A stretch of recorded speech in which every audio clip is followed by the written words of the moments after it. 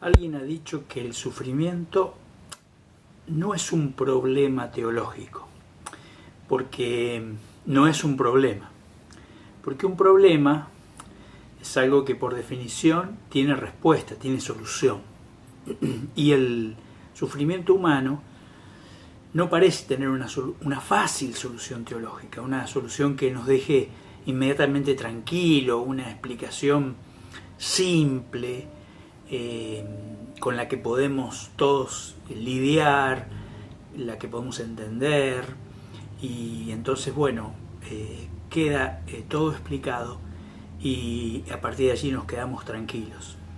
En realidad el sufrimiento, el dolor, es un dilema teológico y un dilema espiritual y pastoral, porque es algo con lo que en el fondo no podemos lidiar y al mismo tiempo tenemos que hacerlo. Esto ya es muy interesante en las mismas escrituras, en la Biblia, que a lo largo de todo su contenido, de su diversidad de libros, de géneros literarios, de enfoques, de problemáticas, va dando pinceladas, diversas pinceladas del tema, y va enriqueciendo esa búsqueda, esa charla, ese debate que está en las escrituras y está también en nuestro interior y en toda persona que sinceramente se pregunta por Dios.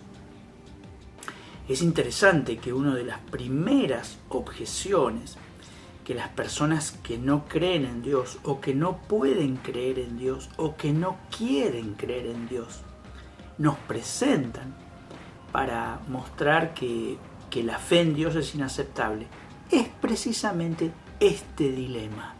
¿Cómo es posible que un Dios bueno, un Dios que presumimos justo, un Dios que presumimos santo, un Dios que presumimos bien intencionado, permita tanto dolor, tanto sufrimiento en el mundo y sobre todo tanto sufrimiento en aquellas personas que en principio, o aquellos seres que en principio declaramos inocentes? Los niños, los muertos en una guerra injusta, los enfermos de atroces enfermedades degenerativas. Y entonces decimos, ¿por qué tanto dolor? Y ahí queda esa tensión. Esa tensión está en las escrituras y luego en la teología cristiana. Muchos autores a lo largo de la historia cristiana se han enfrentado a este dilema y han tratado de hacer su aporte. Porque acá hay algo interesante. ¿Por qué reflexionar sobre un tema sobre el que a priori decimos que no podemos dar una respuesta definitiva y contundente? Bueno, en primer lugar, porque es un desafío humano, porque en tanto y en cuanto como seres humanos tenemos que lidiar con el sufrimiento, necesitamos buscar respuestas, necesitamos hacernos preguntas, y es sano que nos hagamos preguntas. Luego, porque si bien la Biblia no da una respuesta unívoca y contundente, sí hace muchas afirmaciones ricas, iluminadoras, que nos obligan a luchar contra esos textos y con esos textos y hacerle preguntas y tratar de sacar el pensamiento teológico más sano. ¿Por qué? Porque ese pensamiento teológico más sano es el que puede iluminar una sana espiritualidad de búsqueda y una sana espiritualidad y pastoral del acompañamiento. Si nuestras explicaciones del sufrimiento, las que nos damos a nosotros mismos, a nuestra conciencia o las que le damos a otros, son explicaciones aberrantes, son explicaciones que nos presentan a un Dios perverso, también serán perversas las formas de espiritualidad que construyamos a partir de ellas, y mucho más las palabras que digamos a otros para acompañarlos en su sufrimiento. Es el drama de los amigos de Job, es el horrible drama de los amigos de Job, que tratando de consolar al amigo le echaron vinagre a sus heridas, tratando de acompañar al ser amado. Lo condenaron como enemigo de Dios, tratando de entender el sufrimiento de ese ser humano atravesado por un dolor atroz. Lo acusaron, lo incomodaron, lo difamaron, y para poner en alto una idea teológica que ellos consideraban impecable e intachable, se convirtieron en enemigos no solo de Job, sino de Dios mismo, que al terminar el libro dice sobre Job, aquel creyente tenaz, pero también rebelde, también enojado, también herido. Ustedes, le dice a sus amigos Dios al final del libro, en el capítulo 42, no hablaron bien de mí como mi siervo Job. Ese Job que protesta, que se queja, que acusa a Dios de injusticia, que acusa a Dios de abuso contra su propia persona, que lo acusa de ser indiferente, de no querer cumplir su rol divino de redentor. Ese Job, que a la vez es perseverante, luchador, constante, imbatible, es el que ha hablado bien de Dios.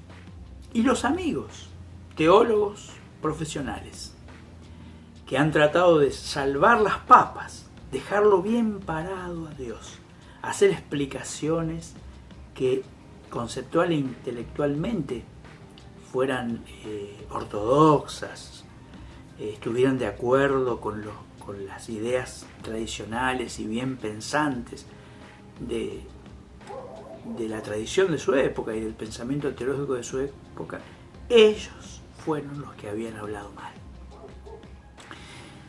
Esta experiencia de la Biblia nos lleva a una reflexión bastante profunda. Algún obispo francés alguna vez, muriendo, agonizando en su lecho por un cáncer terminal, hizo llamar a todos los sacerdotes de su diócesis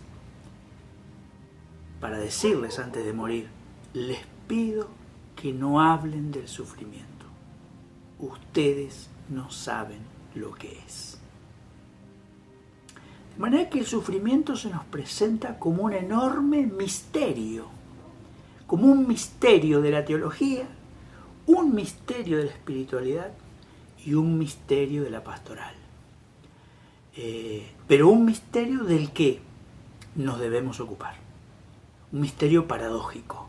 No podemos dar una explicación que nos deje a todos en paz de una vez y para siempre, ni para nuestra propia conciencia, ni para la conciencia de otros.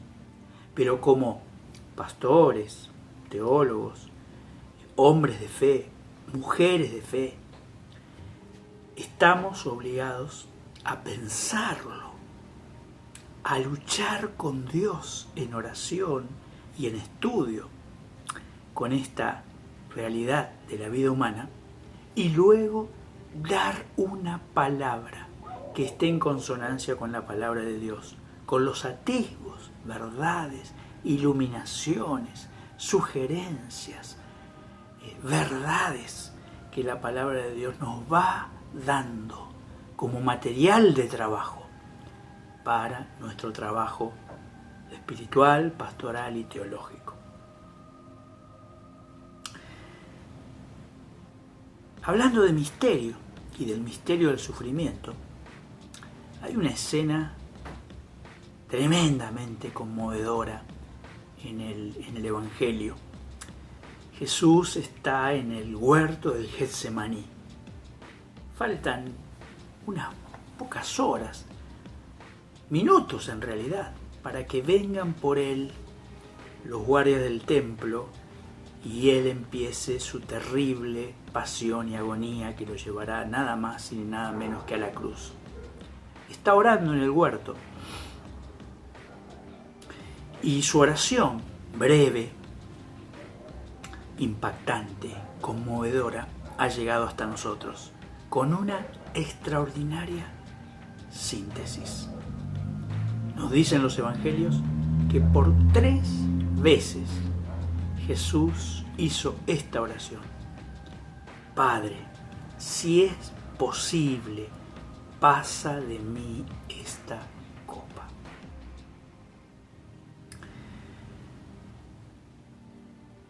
Es interesante porque cuando pensamos el sufrimiento, sobre todo el propio, y oramos y buscamos el auxilio de Dios, muchas veces pensamos el sufrimiento en términos del querer de Dios.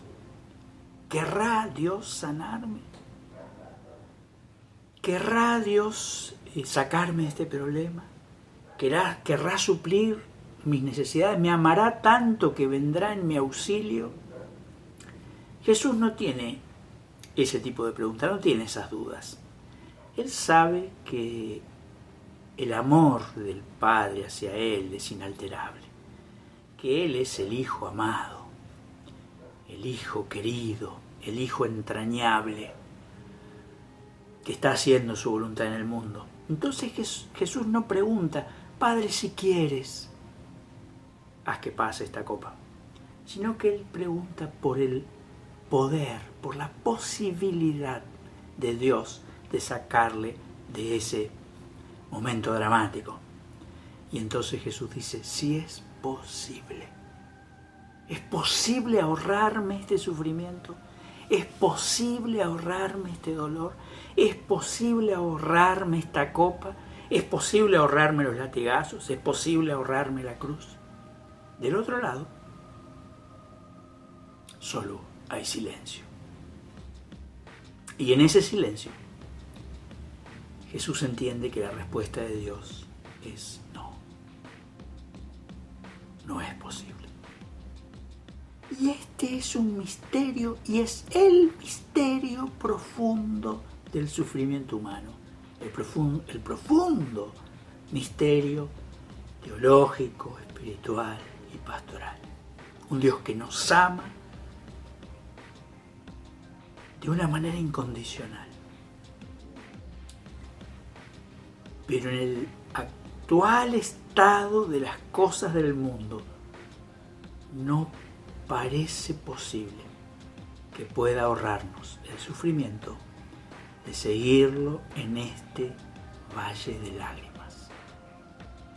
Pero sí, Dios se ofrece como el Padre de misericordia y Dios de toda consolación, que sin podernos ahorrar el sufrimiento, como no se lo pudo ahorrar a su Hijo, se pone a nuestro lado en Jesucristo, la víctima, el crucificado, el varón de dolores, a acompañarnos y a consolarnos en el sufrimiento que cada uno de nosotros